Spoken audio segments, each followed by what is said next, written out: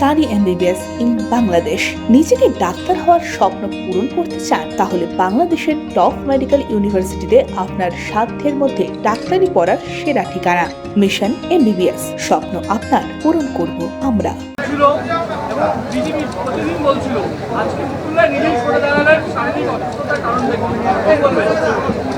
আমি এটুকুই জানি, এটুকুই শুনেছি যে শারীরিক অসুস্থতার কারণ দেখিয়ে মুকুল রায় তিনি পাবলিক অ্যাকাউন্টস কমিটি বিধানসভা তার চেয়ারম্যান পদ থেকে সরে দাঁড়িয়েছেন।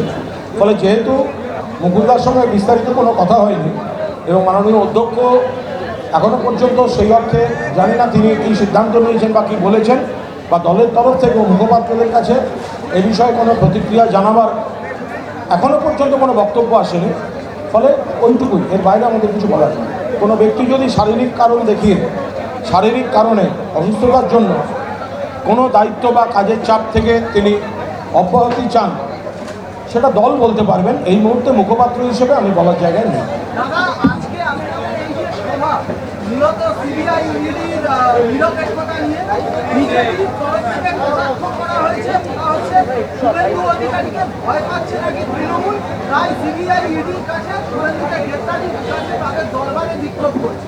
কেউ কাউকে ভয় পায়নি।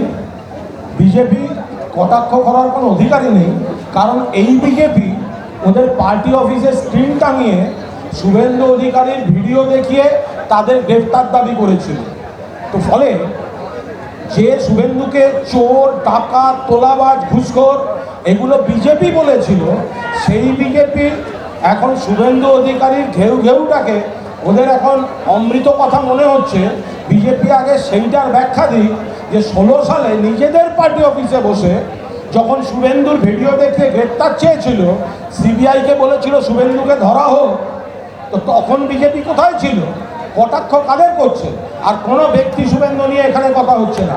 এখানে শুভেন্দু, হিমন্ত বিশ্ব শর্মা থেকে শুরু করে এটা একটা নীতিগত ব্যাপার যে যাদের বিরুদ্ধে বিজেপি বলেছিল, পরবর্তীকালে তারা যখন বিজেপিতে নাম লেখাচ্ছে তখন সেন্ট্রাল এজেন্সি তাদের টাচ করছে না।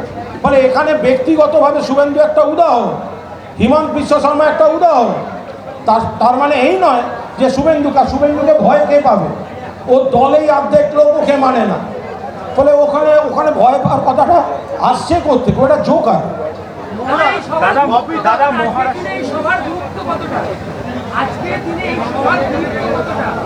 আজকের দিন মানে আসতো সোমবার, মানে কৃষ্ণপক্ষ বা অমাবস্যা ওগুলো ধরে নর্মালি এই সবার গুরুত্বটা হচ্ছে যে তদন্ত সেন্ট্রাল গভর্নমেন্টের নিয়ন্ত্রণাধীন যে এজেন্সি, তাদের তদন্তটা যে রাজনৈতিক উদ্দেশ্যে চালিত হচ্ছে সেইটা সকলের সামনে তুলে ধরা। ফলে এর গুরুত্ব অপরিসীম। ছাত্র যুবরা সেই মঞ্চ তৈরি করেছে। এখানে আমরা আবার বলছি, আমরা মনে করি সিবিআই বা ইডির অফিসাররা যথেষ্ট দক্ষ, কিন্তু দিল্লির নিয়ন্ত্রণে রাজনৈতিক প্রভাবে তারা উদ্দেশ্য প্রণোদিতভাবে কোনো দিকে অতি সক্রিয় হচ্ছে, আর কোনো দিকে তাদের চোখ তুলে তাকাতে দেওয়া হচ্ছে না। একদিকে ধারা জড়িয়ে দিয়ে law will take its own course, আর অন্যদিকে পুরো লয়ের বাইরে, আইনের ঊর্ধ্বে করে দেওয়া হয়েছে। এই বৈষম্যটাকে তুলে ধরার জন্য এই সভা।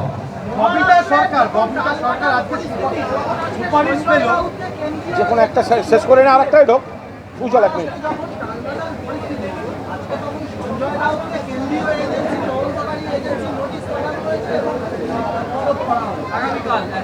আমরা তো আবার বলছি যে জায়গাটায় বিজেপি রাজনৈতিকভাবে পারছে না, যেখানে নানা রকম চক্রান্ত, অপশক্তি, অপপ্রয়োগ তারা চালাচ্ছে, সেইখানে তাদের তরফে রাজনৈতিক শক্তি নেই, জনবিচ্ছিন্ন মানুষের রায় কাজ করতে পারছে না, সেখানে তারা কেন্দ্রীয় এজেন্সিকে অপব্যবহার করছে। আজকে শিবসেনাকে ভাঙতে তো যদি তদন্তই সেন্ট্রাল এজেন্সি করবে, তাহলে এতগুলো বিধায়ককে তুলে সুরাটে নিয়ে যাওয়া, গৌহাটিতে নিয়ে যাওয়া, তার জন্য যে বিপুল খরচ, সেগুলো কে দিচ্ছে, কোথা থেকে আসছে, সেই তদন্তটা হোক। যাদের দলটাকে ওরা ভাঙার চেষ্টা করছে, সেই দলের গুরুত্বপূর্ণ ব্যক্তিদের নোটিশ পাঠিয়ে এজেন্সি দিয়ে তলব করে চাপ তৈরি করা, এটা অত্যন্ত নোংরা খেলা।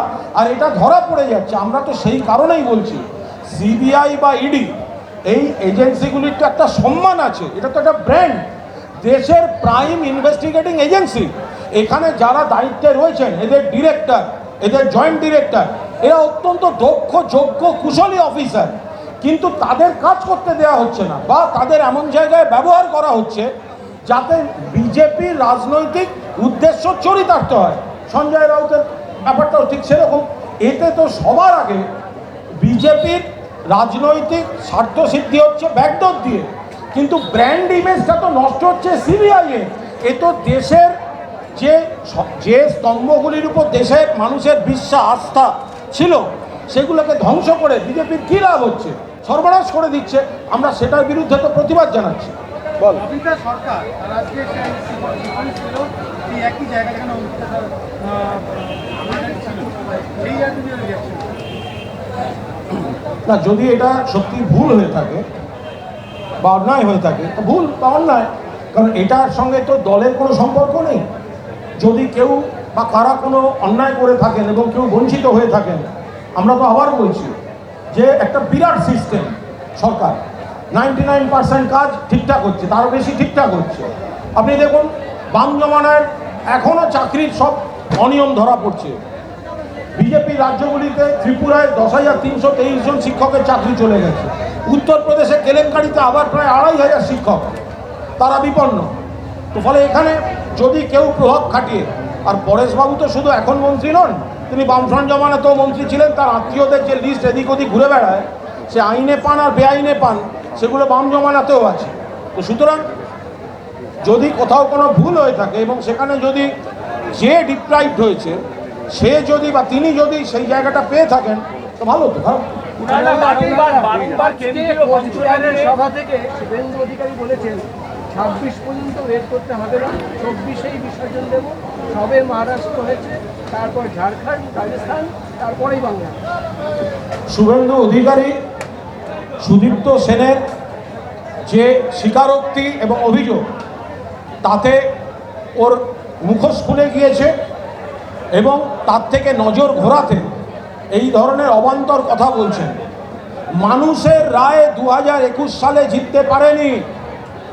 আপকি বার 200 পার, ডেলি প্যাসেঞ্জারি, কেন্দ্রীয় নির্বাচন কমিশন, কেন্দ্রীয় বাহিনী, 8 দফা নির্বাচন, তাতেও ক্ষমতায় আসেনি। আসলে ওর সমস্যা হয়েছে, এই শুভেন্দু অধিকারী আর বিজেপির কিছু নেতারা, এরা তো জনবিচ্ছিন্ন শুধু নয়, দলের কর্মীরাও এই নেতাদেরকে আর বিশ্বাস করেন না। ফলে 20 সালে বলতে হয়েছে 21-এ জিতবো, 21-এ বলতে হচ্ছে পুরসভা জিতবো, পুরসভায় হারার পর বলতে হচ্ছে উপনির্বাচন জিতবো, উপনির্বাচন হারার পর হচ্ছে জিতবো, এখন বলেছে 2026-এ জিতবে, এর পরের পর আসবে 2056। শুভেন্দু অধিকারী দাদা থেকে দাদু হয়ে যাবে, মানে ওর ভাইয়ের ছেলে পুলে হবে। তো এখন তবুও বিরোধী থেকে শাসক দিকে ও আসতে পারবে না।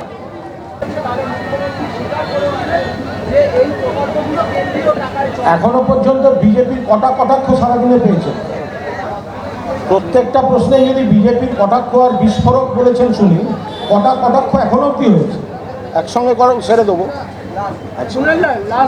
একটা বলে বিজেপির লজ্জা উচিত নাম বদলটা ইন্দিরা আবাস যোজনা, যেটা ছিল প্রয়াত প্রধানমন্ত্রী ইন্দিরা গান্ধীর নামে, সেটা এই নির্লজ্জ বেহায়া বিজেপি প্রধানমন্ত্রী আবাস যোজনা করেছে। ওরা ভুলে গেছে ইন্দিরা গান্ধী শুধুমাত্র একজন প্রধানমন্ত্রী ছিলেন না, যাকে দেশের জন্য যিনি রক্ত দিয়েছিলেন, তিনি নিহত হয়েছিলেন। ফলে ইন্দিরা গান্ধীর নামের প্রকল্প, সেটাকে ঘুরিয়ে দিয়েছে বিজেপি। তাদের লজ্জা করছে না? এবং এই যে কেন্দ্রের প্রকল্পগুলো, ক% দেয় কেন্দ্র, ম্যাচিং গ্র্যান্ট তো রাজ্যকে দিতে হয়, তার অর্ধেক তো টাইম মতো দেয় না। মমতা বন্দ্যোপাধ্যায়কে কোনো মতে জোগাড় করে অ্যাডজাস্ট করে মানুষের সার্ভিসটা বজায় রাখতে হচ্ছে। কিছু ক্ষেত্রে বোঝার জন্য কিছু নামে কিছু শব্দ যোগ করতে হয়। সবাই জানেন যে এটা কেন্দ্র রাজ্য মিলিত প্রকল্প। তুমি ইন্দিরা গান্ধীর নাম কাটতে পারো, আর তারপর যদি কোথাও মানুষের বোঝার সুবিধার জন্য কিছু হয়, তখন তুমি অর্থনৈতিক অবরোধ তৈরির চেষ্টা করবে। রাজনৈতিক ধান্দাবাজি করে এসব হবে না। সুরেন্দা 8 বছর হয়ে গেল, 2014 থেকে আমরা 22-এ দাঁড়িয়ে আছি। সারদা, রোজ ভ্যালি সহ 72টি চিটফান্ডের তদন্ত চলছে। আজ পর্যন্ত একটাও ইনভেস্টিগেশন শেষ হয়নি, ফাইনাল রিপোর্ট জমা করেনি। একাধিক নেতা মন্ত্রীদের প্রভাবশালীদের গ্রেফতার করা হয়েছে। অথচ যারা প্রভাবিত তারা কিন্তু আজকে অন্ধকার। এর আইনি পদ্ধতিটা আমি ঠিক জানি না, আমার পক্ষে বলা সম্ভব না। বহু মানুষ ক্ষতিগ্রস্ত দুদিক থেকে, কেউ আর্থিকভাবে, কেউ অকারণ আইনি জটিলতায় জড়িয়ে। কোথাও একটা বিষয়টা শেষ হওয়া নিশ্চিতভাবে প্রয়োজন। এবার ভোট এলেই বিজেপি সেটা ব্যবহার করবে আর অন্য সময় হবে না। আমি আবার বলছি যে শুভেন্দু অধিকারী যেমন আছে, হিমন্ত বিশ্ব শর্মা, সেও তো সারদায় সুদীপ্ত সেনের চিঠিতে হিমন্ত বিশ্ব শর্মার নাম, তিনি চলে গেলেন। এরপরে সুদীপ্ত সেন যে লিখিত বয়ান পাঠালেন সেখানে সিপিআইএম, কংগ্রেস তাদের নামও রয়েছে।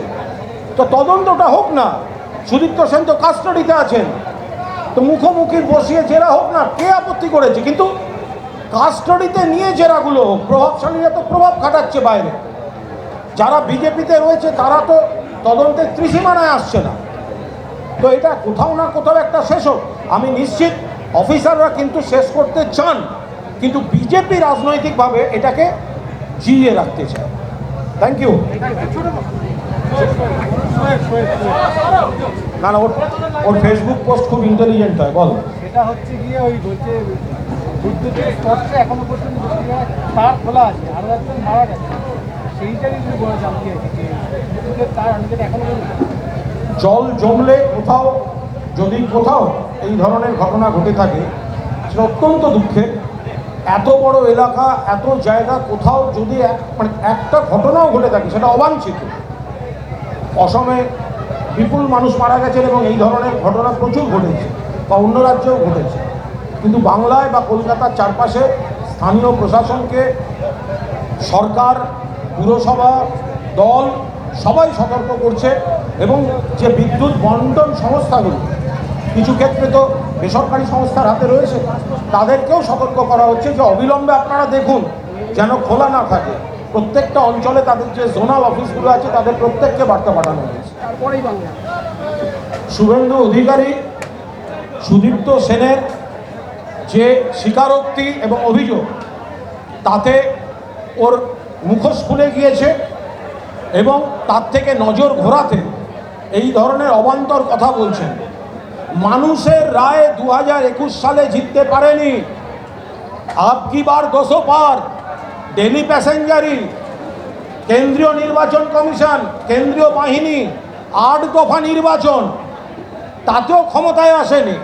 আসলে ওর সমস্যা হয়েছে, এই শুভেন্দু অধিকারী আর বিজেপির কিছু নেতারা, এরা তো জনবিচ্ছিন্ন শুধু নয়, দলের কর্মীরাও এই নেতাদেরকে আর বিশ্বাস করেন না। ফলে 20 সালে বলতে হয়েছে 21-এ জিতবো, 21-এ বলতে হচ্ছে পুরসভা জিতবো, পুরসভায় হারার পর বলতে হচ্ছে উপনির্বাচন জিতবো, উপনির্বাচন হারার পর হচ্ছে জিতবো, এখন বলেছে 2026-এ জিতবে, এর পরের পর আসবে 2056। শুভেন্দু অধিকারী দাদা থেকে দাদু হয়ে যাবে, মানে ওর ভাইয়ের ছেলে পুলে হবে। তো এখন তবুও বিরোধী থেকে শাসক দিকে ও আসতে পারবে না। কেন্দ্রীয় আর্থিক বরাদ্দ নিয়ে বঞ্চনার অভিযোগ তোলা হয়। তৃণমূল কংগ্রেসে এই মুহূর্তে ঘাটাল অ্যাকশন প্ল্যানের জন্য কেন্দ্রীয় বরাদ্দ স্যাংশন করেছে, কি বলবেন? তার মানে এটা প্রমাণিত হচ্ছে যে কেন্দ্রের বিরুদ্ধে যে অভিযোগ করা হয় সেটা ঠিক। কারণ প্রত্যেকটা খাতে দীর্ঘদিন ধরে যে রাজ্যের বিরুদ্ধে বৈষম্য এবং বকেয়া ছিল, তার অন্যতম হচ্ছে এই ঘাটাল। তো ফলে এতদিন বলার পর দেয়নি দেয়নি দেয়নি দেয়নি, যখন দিচ্ছে তখন এটা প্রমাণিত হচ্ছে এটা রাজ্যের প্রাপ্য ছিল, এটা রাজ্যের বকেয়া ছিল। দীর্ঘদিন এই দাবি নিয়ে রাজ্য সরব হওয়ার পর অবশেষে তার কিছু অংশ দিতে বাধ্য হয়েছে কেন্দ্রীয় সরকার।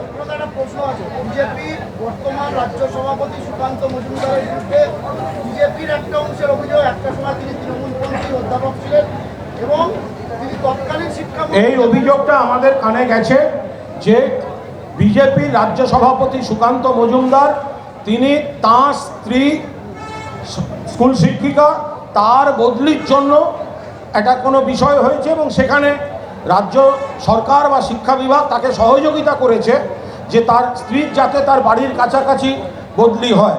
আমার মনে হয় যেহেতু এই বিষয়টি আমরা শুনেছি এবং বিজেপি যখন যারা এই বড় বড় কথা বলছেন যে এই হয় সেই হয়, আমার মনে হয় বিজেপির যারা নেতারা আছেন একটু দিলীপবাবু, সুকান্তবাবু বা যারা যারা এই কুৎসা টুৎসা করেন, আমার মনে হয় একদিন সুকান্তবাবুর বাড়ি গিয়ে বৌদিকে একটু মিষ্টি চা ফা খেয়ে জিজ্ঞেস করে নেওয়া ঠিক কাকে দিয়ে করালেন বলুন তো।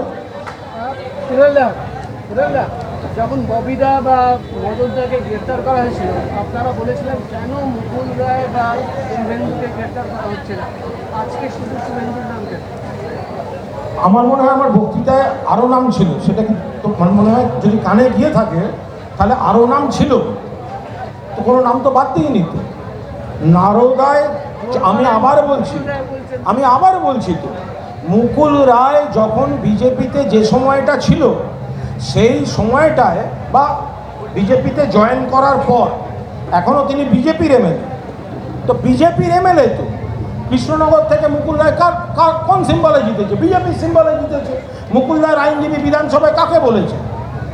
তো এখন আবার বলছি যে যারা এই নারদায় আমাদের নেতাদের ফিরহাদ হাকিম, সুব্রত মুখোপাধ্যায় তাদের বাড়ির থেকে নিয়ে যাওয়া হয়েছে, ইভেন অন্যান্য মামলাতেও, কিন্তু শুভেন্দু অধিকারী যিনি এফআইআর নেন তাকে ধরা হয়নি।